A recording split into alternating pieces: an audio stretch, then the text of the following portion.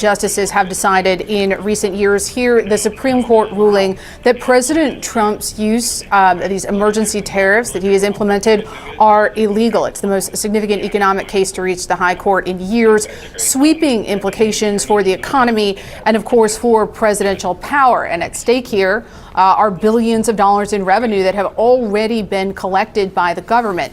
Pamela Wolf, the other significance here is that this is the first time that the 6-3 conservative court has ruled against President Trump in one of these major cases that have gone before the court since he returned to power in January. Now, we are still going through this case, but this is something we have been waiting for. The court said that it would take up this case on an expedited basis. So they're deciding, even though it's a significant case now, because of course this has enormous implications. So as we go through this opinion now with our team, another outstanding question is what now happens to all that revenue that had been collected. This is something that really wasn't clear from the arguments. Adam speaking, and this is the part they never mention. The Supreme Court's ruling has shattered the old Washington playbook, dismantling Trump's economic agenda and leaving him scrambling as approval drops. With a potential $175 billion refund obligation looming, insiders are now asking, how long can this hold?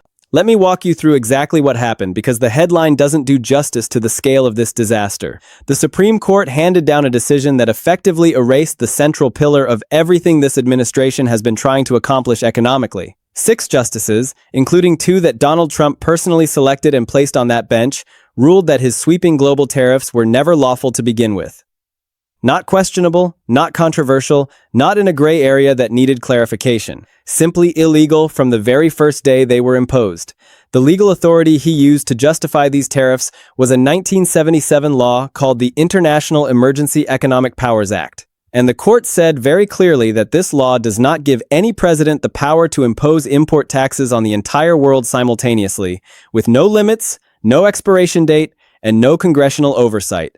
Yeah, Laura, this is a massive blow to the president for his signature agenda item from a conservative-leaning court that has typically been very sympathetic to the president and his agenda. In this ruling, this Supreme Court has found that IEEPA, that law that the president used to enact 5 categories of his sweeping tariffs, is unconstitutional for tariffs. That is that the Congress has not given the president this authority to use that law, IEEPA, to invoke tariffs. And I want to read very briefly from Justice Roberts' majority opinion. He writes, IEEPA's grant of authority to, quote, regulate importation falls short. IEEPA contains no reference to tariffs or duties. The government points to no statute in which Congress used the word regulate to authorize taxation. And until now, no president has read IEEPA to confer such power. And I was inside court for oral arguments, and much of the discussion and debate surrounded on that word regulate and whether regulate meant tariff. Now, the justices here have found that it does not, that that is a power that is reserved for Congress, and that the president does not have the authority to use this specific statute to impose his tariffs. Period. End of discussion. Hundreds of billions of dollars in trade policy evaporated in a single ruling, and the financial aftershocks from that decision could reach up to $175 billion in refund claims from businesses that paid those tariffs while the legal battle was playing out in court after court after court. More than 2,000 importers have already filed lawsuits seeking their money back. The refund process is already moving forward, and the administration is still trying to figure out what to do next. This is genuinely wild, and somehow it gets worse from here. What makes this ruling genuinely catastrophic rather than just politically inconvenient is understanding what tariffs actually meant to this presidency. This wasn't some side policy or a minor initiative that somebody cooked up in a back office. Tariffs were the centerpiece of his entire economic identity. They were what he campaigned on most aggressively.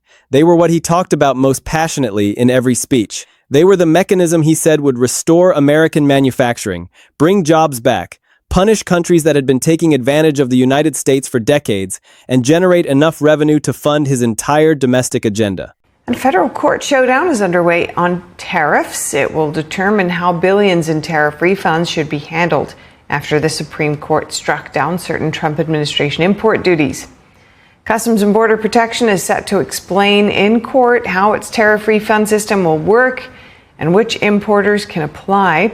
The Justice Department argues only companies involved in more than 2,500 lawsuits should be eligible for refunds. But a lower court has pushed for a broader system covering all importers who paid the now invalid tariffs. The government has appealed that order. So far, CBP says it has accepted nearly $90 billion in claims and issued about around $20 billion in free funds. That's out of an estimated $165 billion collected. A judge is now seeking clarity on whether the process will remain limited or expand. Tariffs were the weapon he was going to use to remake the American economy.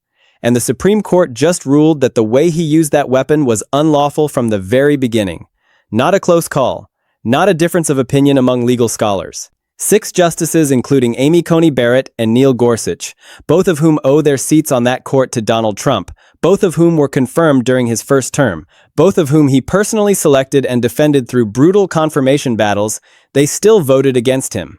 Think about what that actually means for a second. His own picks looked at his flagship policy and concluded independently that what he did exceeded his authority. That is not a partisan outcome. That is not Democrats on the court piling on a Republican president. That is 2 of Trump's own hand-selected justices concluding after reviewing the legal arguments that his administration went too far and that the law simply does not support what he tried to do. Now, let's talk about how Trump responded to this, because it tells you everything you need to know about where this presidency is right now. The Supreme Court's ruling on tariffs is deeply disappointing, and I'm ashamed of certain members of the court, absolutely ashamed. I'd like to thank and congratulate Justices Thomas, Alito, and Kavanaugh for their strength and wisdom and love of our country. The Democrats on the court are thrilled, but they will automatically vote no. They're an automatic no, just like in Congress. They're an automatic no. They're against anything that makes America strong, healthy, and great again. They also are a, frankly, disgrace to our nation, those justices. Others think they're being politically correct, which has happened before far too often with certain members of this court, and it's happened so often with this court. What a shame. He stood in front of cameras at the White House and said he was ashamed of certain members of the court. He said they did not have the courage to do what was right for the country. He was talking about his own appointees. And then within hours, he announced a brand new 10% global tariff under a completely different law. The very next morning, he raised it to 15% on Truth Social, apparently changing his mind overnight. And then weeks later, a panel of judges struck down that replacement tariff too, finding the legal justification insufficient. So now the administration is working on a 3rd version of his tariff policy, a 3rd version in less than 3 months. Are you kidding me? This is not a president who has a firm grip on his economic agenda. This is a president who is improvising frantically, trying to plug holes faster than new ones are opening up. And here's the political reality underneath all of this chaos. Polling done by Fox News, not MSNBC, not a Democratic polling firm, Fox News found that 63% of registered voters disapprove of how Trump has handled tariffs. That was before the Supreme Court ruled. After the ruling, an Economist and YouGov poll found his approval on tariffs had fallen to 33% with 60% disapproving. A net approval rating of -27 on his signature issue. His overall approval numbers have been hitting record lows throughout 2026. One CNN analyst described his numbers on the economy as a disaster, saying his disapproval on inflation was higher than Jimmy Carter and higher than Joe Biden's worst numbers on gas prices. The Tax Foundation estimated the tariff burden cost the average American household roughly $1,000 in 2025 alone, with working-class households bearing the heaviest burden, the exact voters Trump said he was fighting for. Let's build this out properly, because to really understand why this ruling is as damaging as it is, you need to understand what Trump was trying to do with these tariffs, why the legal theory behind them was always more fragile than the administration was willing to admit, and why the political fallout is hitting so much harder than anyone expected. Start with what IEEPA actually is, the International Emergency Economic Powers Act, because this is the law at the center of everything. Congress passed IEEPA in 1977 to give presidents a tool for responding to national emergencies created by foreign threats. The law allows the president to regulate commerce in those situations. It was designed for things like freezing the assets of hostile foreign governments, blocking financial transactions with terrorist organizations, or responding to sudden economic crises created by foreign actors. That is what the law was built for.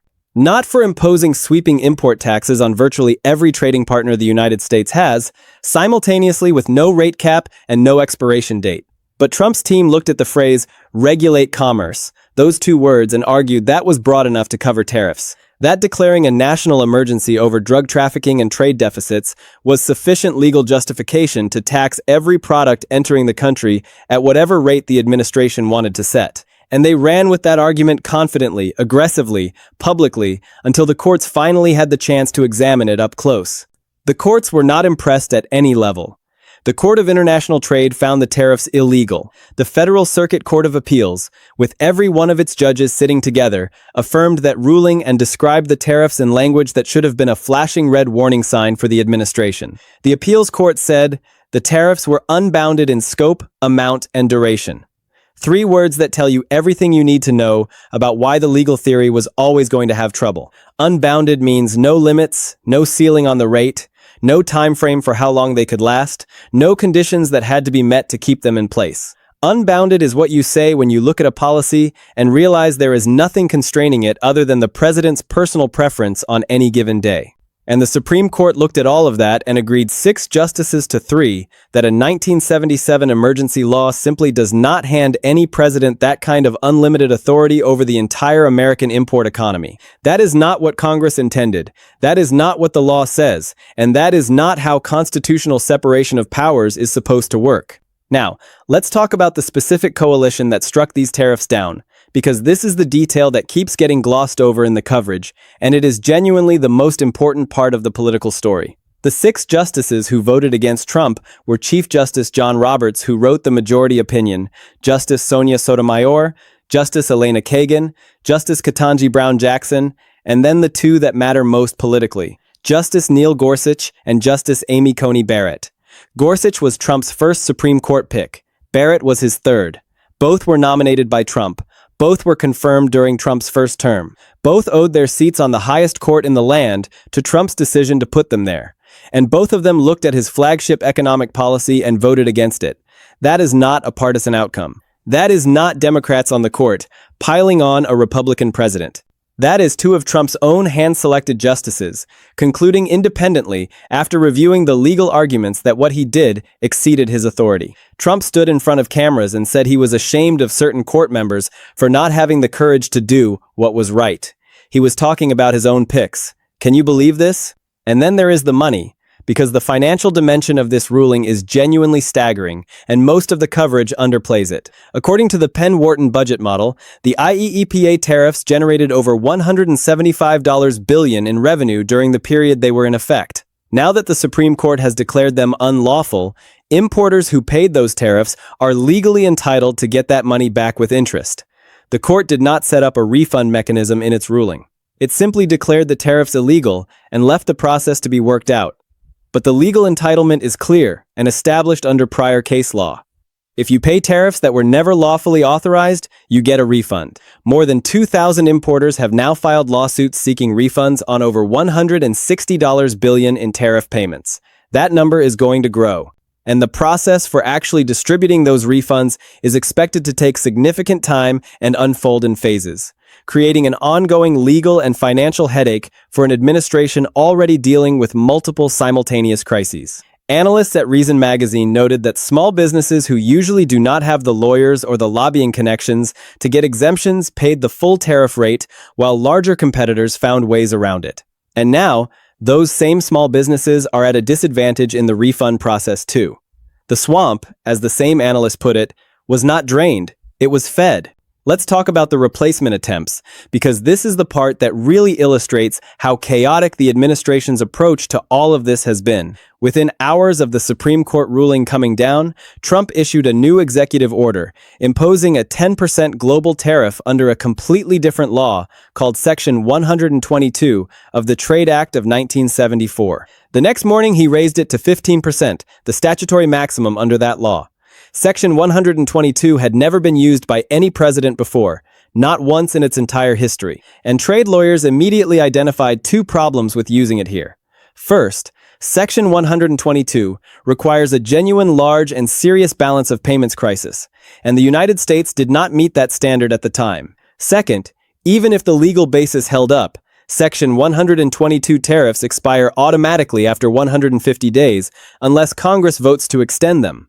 Trade experts and congressional aides told reporters they doubted a Republican Congress facing midterm elections in November would vote to extend tariffs that polling showed most Americans blame for higher prices. And then, just weeks later, a panel at the Court of International Trade struck down the Section 122 tariffs too, finding the administration's invocation of the law legally insufficient. So, the flagship policy was struck down. The first backup plan was struck down, and the administration is now working on what amounts to a third-generation tariff strategy using Section 301 and Section 232 trade investigations that are months-long formal processes with their own procedural requirements and legal vulnerabilities.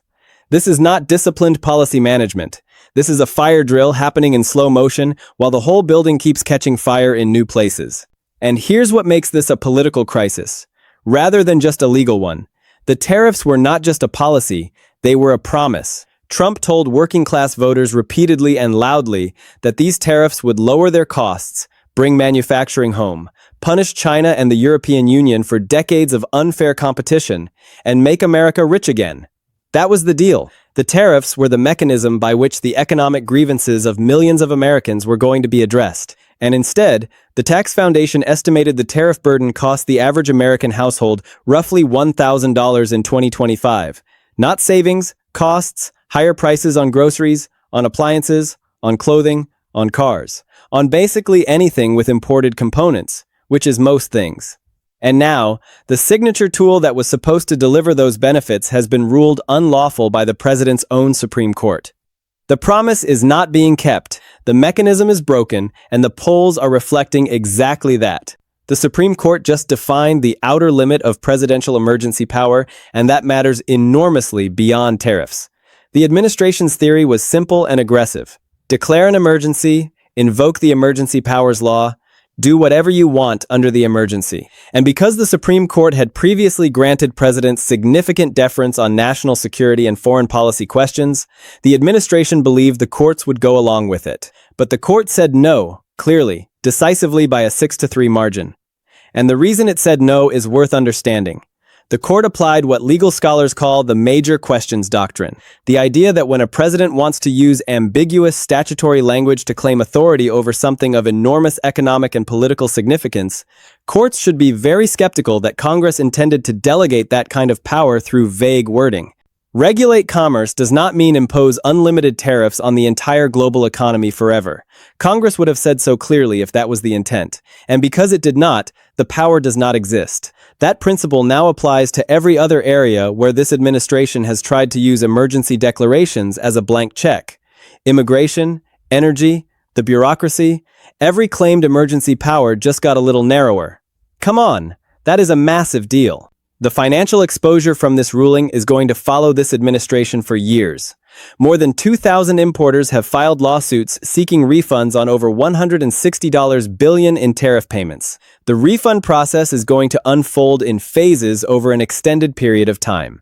Companies are spending money on lawyers right now to claim back money the government collected under a legal theory the Supreme Court just called invalid. And meanwhile, the remaining tariffs that were not struck down, the Section 232 tariffs on steel, aluminum, cars, and trucks, are still in place, still adding to the cost burden on American consumers and businesses. The Tax Foundation projected those remaining tariffs will cost households an additional $700 in 2026, on top of what they already paid in 2025.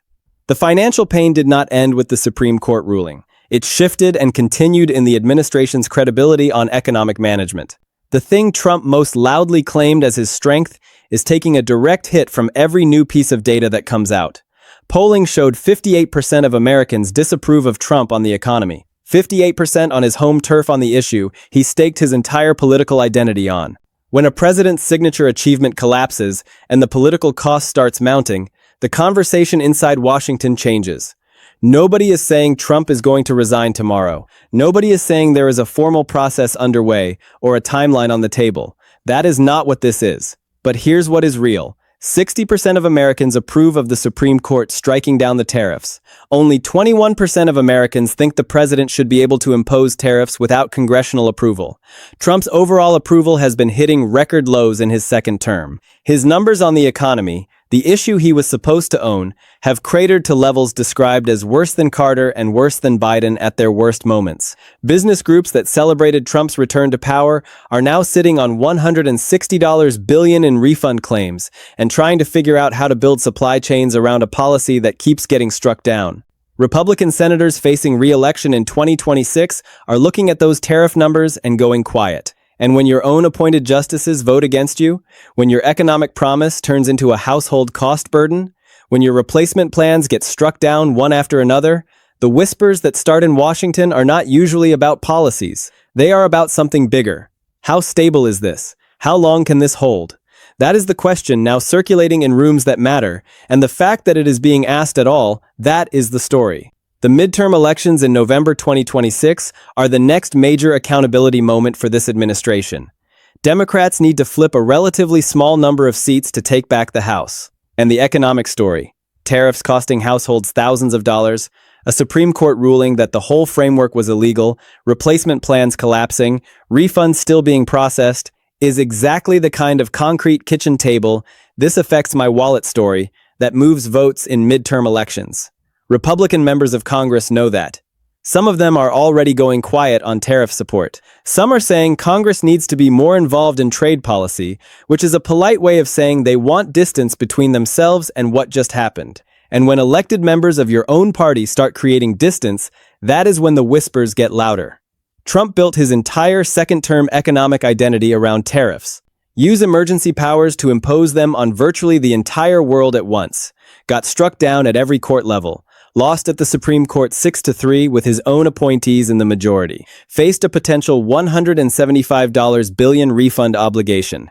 Tried 2 backup plans, both got struck down, called his own justices a disgrace, and is now watching his approval on the economy fall below Biden at his worst. This is not normal presidential turbulence.